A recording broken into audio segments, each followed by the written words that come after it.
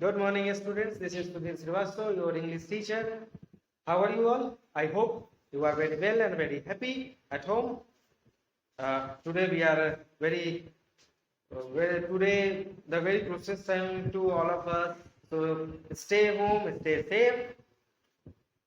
In previous classes, we had read our Beehive and Moments 2 books. Today we are study our Beehive lesson 2, The Sound of Music, part 1. Evelyn Glennie, listen to sound without hearing it.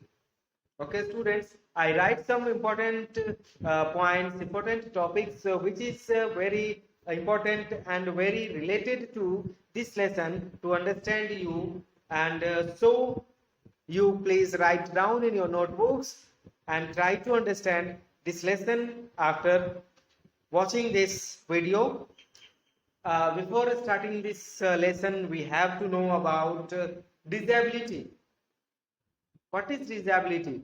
Disability means that any part of our body is not function as proper as they do, but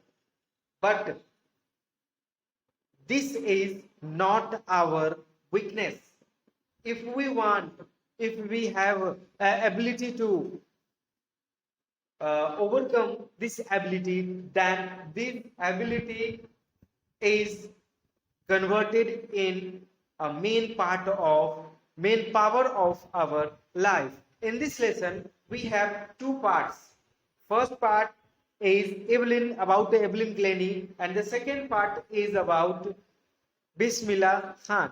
So today's first part, we are reading the first part of this lesson, Evelyn Glennie. Okay students, तो start करते हैं हम लोग अपने इस lesson को। इस lesson में एक ऐसे लड़की की कहानी बताई गई है जो लड़की सुन नहीं सकती थी।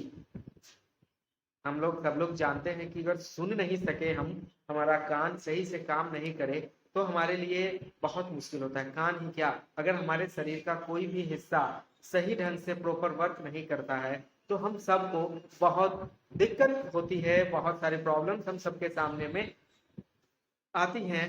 तो इन सारे प्रॉब्लम्स से बचने के लिए हम लोग बहुत सारे तरीकों का इस्तेमाल करते हैं, और आज तो आधुनिक युग में बहुत सारा ऐसा इक्विपमेंट्स हो गया है जिससे हम अपने बॉडी के डिसेबिलिटी को भी एबिलिटी में चेंज कर सकते हैं। और ये अगर कोई इक्विपमेंट ना भी हो फिर भी अगर हमारे अंदर में आत्मशक्ति है, हमारे अंदर में दृढ़ निश्चय हो कि हम कुछ करेंगे, तो डिसेबिलिटी कभी भी हमारे सामने या हमारे सफलता में रोड़ा नहीं बन सकती है। इस कहानी में भी बिल्कुल वैसा ही है। इवलिन ग्लेनी नाम की एक बच्ची रहती है जो 3 साल की एज में ही उसके बारे में ये पता चलता है, जब वो 3 साल की होती तभी ये पता चलता है कि वो नहीं सुन सकती है। और ये पता चलता है उसके माँ के द्वारा। एक दिन जब वो उसकी माँ उसको बुलाती है कि पियानो बजाने के लिए, जब पियानो बजाने के लिए, वो पियानो बजाती नहीं है, मतलब बजा रही होती है घर में ही,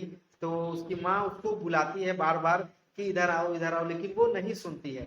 तब शायद उसकी माँ को ये लगता है कि उसका ध्यान बहुत ज्यादा पियानो में है, इसलिए वो वहां पर उसकी आवाज को नहीं सुन रही है। फिर एवलिन की माँ उसके पास जाती है, उसके कान के पास में बोलती है, फिर भी वो नहीं सुनती है। तब उसकी माँ को ये लगता है कि हाँ, एवलिन अब शायद नहीं सुन रही है। धीरे धीरे उसको बहुत सारे डॉक्टर्स से दिखाया जाता है। बहुत सारे डॉक्टर्स बिल्कुल मना कर देते हैं कि ये कभी नहीं सुन सकती है, लेकिन कुछ डॉक्टर्स कहते हैं कि अगर समय के साथ में कुछ बदलाव हुआ तो हो सकता है। लेकिन 11 साल की एज तक जब उसका एक बार बढ़िया चेकअप किया जाता है, एक बढ़िया डॉक्टर चेक करते हैं, उसको एग्जामिन करते हैं, जांच करते हैं, तब ये बताया जाता है या पता चलता है कि वो एक नर्व सिस्टम, हमारे दिमाग की एक नर्व होती है जिसके दब जाने के कारण उसका हियरिंग पावर, उसके सुनने की क्षमता वो खत्म हो जाती है, जो धीमे धीमे खत्म होती है। और अगर किसी कारणवश वो जो प्रॉब्लम उसके नर्व्स में है वो सही हो जाए तो वो फिर से सुन सकती है। अब स्वाभाविक है कि हम अगर किसी तरह से डिसेबल हों तो हमारे आसपास के लोग हमें करेज बहुत कम करते हैं, डिस्करेज ज्यादा करते हैं। इसका मतलब कि हम सबको उत्साह नहीं देते हैं, हमारा उत्साह कम जरूर करते हैं। लेकिन ऐसा बिल्कुल नहीं करना चाहिए, क्योंकि हम सब में एक एबिलिटी होती है जिसको पहचानना हम सबका फर्ज है। इस लेसन में आगे ये होता है, इवलिन को एक बहुत अच्छे म्यूजिशियन जो एक साथ बहुत सारे ड्रम बजा सकते हैं, तबला और बहुत सारे ड्रम पैड, बहुत सारा म्यूजिक सिस्टम, म्यूजिक इक्विपमेंट्स बजा लेते हैं, वो वर्ल्ड फेमस, इसमें मैंने वो नाम मेंशन भी किया है, रॉन फोवर्स एक दिन उसको इवलिन को देखते हैं। एक्चुअली इवलिन के साथ क्या होता है कि वो उसके जितने भी टीचर्स होते हैं उसको डिस्करेज करते हैं हमेशा, कह रहे तुम बहरी हो, तुम क्या म्यूजिक कभी बजा पाओगी, इस टाइप से बहुत कुछ उसके साथ उसको बोलते हैं। लेकिन इवलिन का एक पैशन होता है, उसका एक डिटर्मिनेशन होता है कि वो म्यूजिक को अपना जीवन का रास्ता बनाएगी, उस पर चल के वो एक अलग पहचान भी बनाएगी। और मिस्टर रॉन फॉवर्स उसके इस गुण को देखते हैं और उसको अपने यहाँ बुलाते हैं और उसको एक अच्छी ट्रेनिंग देते हैं म्यूजिक बजाने का, और उसके अंदर एक क्षमता भी जगाते हैं कि वो कान से सुन नहीं सकती है, लेकिन वो म्यूजिक को महसूस करती है अपने शरीर के विभिन्न अंगों के द्वारा। विभिन्न अंगों के द्वारा म्यूजिक को महसूस क्या करती है, इट मींस कि उसका जो वाइब्रेशन होता है, एक तरंग निकलता है, उस तरंग को वो महसूस करती है और उसके द्वारा ही वो म्यूजिक को समझती है।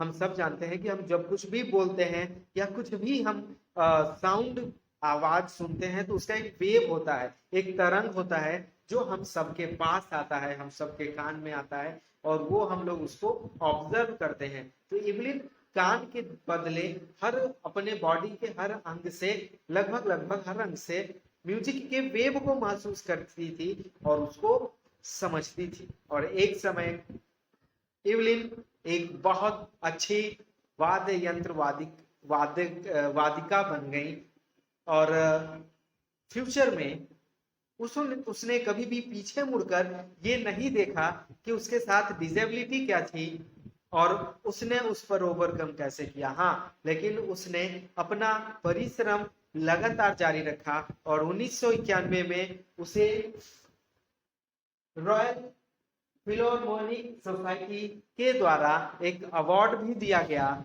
जिस अवार्ड के अंतर्गत उसे दुनिया की सबसे सक्षम महिला का नाम भी दिया गया था। वो एक असक्षम थी, फिर भी उन्हें दुनिया के सबसे सक्षम महिला का अवार्ड मिला था। आगे चलकर वो एक महिला सशक्ति की पहचान बनी और उन्होंने एक नया आयाम बनाया म्यूजिक की दुनिया में। आज उनका नाम संगीत के क्षेत्र में सबसे ऊपर लिया जाता है। तो स्टूडेंट्स, इस लेसन से हमको क्या समझने को मिलता है, या इस स्टोरी का बेस क्या है, या थीम ऑफ द स्टोरी अगर बोले तो वो क्या है। तो स्टूडेंट्स, सिंपल है, इस स्टोरी का थीम या बेस या मॉडल ऑफ द स्टोरी हम यही कह सकते हैं कि अगर हमारे अंदर में चाह है, अगर हमारे अंदर में डिटर्मिनेशन है, दृढ़ निश्चय है, तो कोई भी काम हमारे लिए भारी नहीं हो सकता है। हमारे शरीर में असक्षम हो या हम डिसेबल भी हो, फिर भी हम अपनी मंजिल बहुत आसानी से पा सकते हैं। तो students, once more time, these sentences are very important to all of you, so please write down in your note copy. Okay students, have a nice day. Thank you.